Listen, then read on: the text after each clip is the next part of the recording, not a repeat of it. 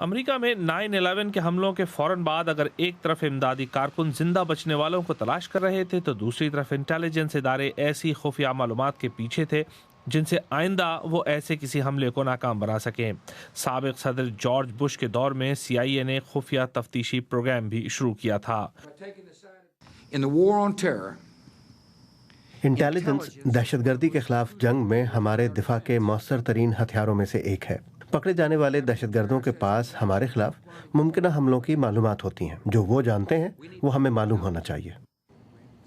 القاعدہ کے مشتبہ شدت پسند کیوبا میں گوانتانامو بے کے حراستی مرکز اور دنیا بھر میں امریکی فوجی اڈوں پر قید رکھے گئے۔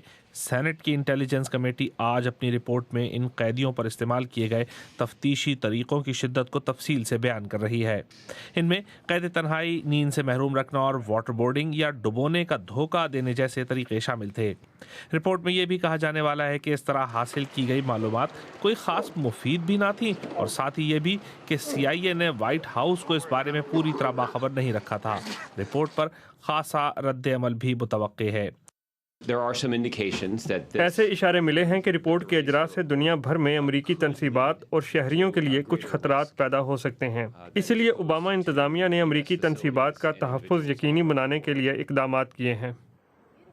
سن 2009 میں براک اوباما نے اس پروگرام کو روک دیا تھا اور ان طریقوں کو تشدد بھی قرار دیا تھا۔